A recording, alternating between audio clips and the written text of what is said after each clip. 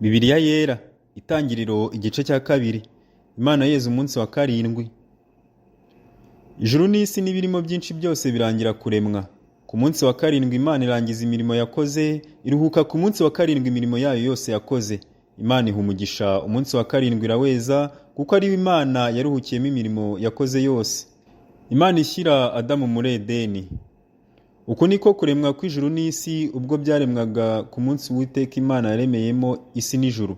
Kandi akatsi kose ko mu gasozi kari kataraba ku isi, n'ikimera cyose cyo mu gasozi cyari kitararuka, kuko Uwiteka Imana yari itaravuba imvura ku isi kandi nta muntu wariho guhinga ubutaka, ariko igihu cyavaga ku isi kigatosa ubutaka bwose.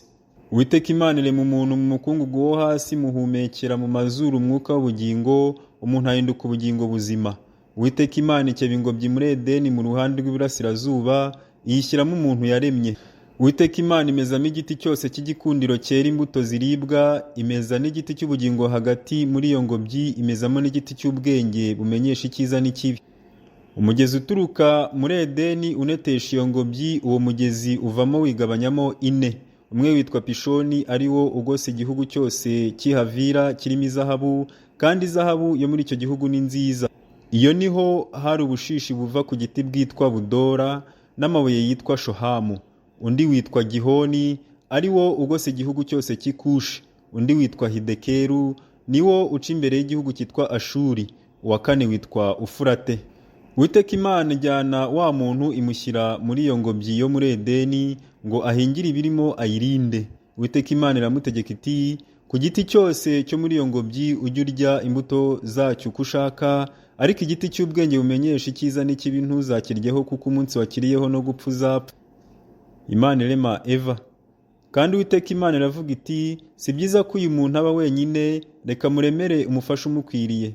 Uwiteka Imana irema mu butaka amatungo yose n'inyamaswa zo mu ishyamba zose n'inyoni n'ibisiga byo mu kirere byose, ibizanira uwo muntu ngo imenye uko abyita. Kandi uko uwo muntu yise ikintu cyose gifite ubugingo, aba ari ryo riba izina ryacyo. Uwo muntu yita amatungo yose n'inyoni n'ibisiga byo mu kirere n'inyamaswa zo mu ishyamba zose, ariko umufasha umukwiriye yari ataraboneka.